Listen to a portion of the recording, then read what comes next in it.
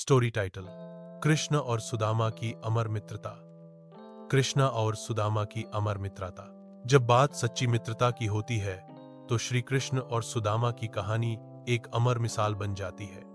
ये कहानी हमें सिखाती है कि असली संबंध धन दौलत से नहीं, भावनाओं और निष्ठा से बनते हैं। सुदामा एक गरीब ब्राह्मण अपने परिवार को मुश्किल से पाल पा रहे थे, लेकिन उनके दिल में कोई शिकवा नहीं था। वे श्री कृष्ण के बचपन के परम मित्र थे।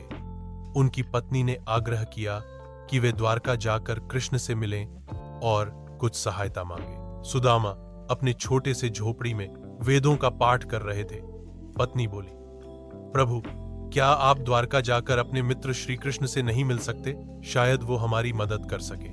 हम सुदामा मुस्कुराकर, कृष्ण से मदद मांगना मेरे लिए कठिन है। मैं उसे मिलने जा सकता हूं, मगर सिर्फ प्रेम से, स्वार्थ से नहीं। पत्नी चावल का एक छोटा सा पोटली देती हैं, जो सुदामा अपने मित्र के लिए लेकर निकलते हैं। सुदामा नंगे पांव कई दिनों की यात्रा के बाद द्वारका पहुंचे।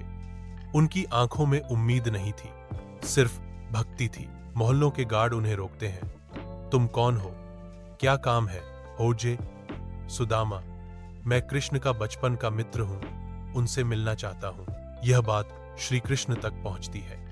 जैसे ही कृष्ण ने सुना कि सुदामा आए हैं, वे नंगे पांव दौड़े।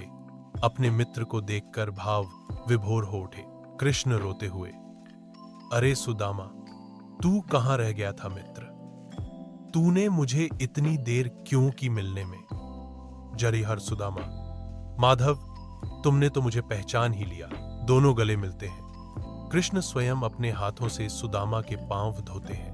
सुदामा संकोच करते हुए वह चावल की पोटली कृष्ण को देने लगते हैं। कृष्ण उसे प्रेम से लेकर खाते हैं। कृष्ण, ये तो अमृत है मेरे लिए सुदामा। सुदामा कुछ भी मांगते नहीं, लेकिन कृष्ण सब समझ जाते हैं। सुदामा बिना कुछ मांगे अपने गांव लौटते हैं, लेकिन जब वे अपने गांव पहुंचते हैं, झोंपड़ी की जगह एक सुंदर महल होता है। उनकी पत्नी रेशमी वस्त्रों में, हाड़ीहाथ सुदामा आश्चर्यचकित, ये सब कैसे हुआ? जरो पत्नी आंखों में आंसू। कृष्ण ने अपनी मित्रता निभाई।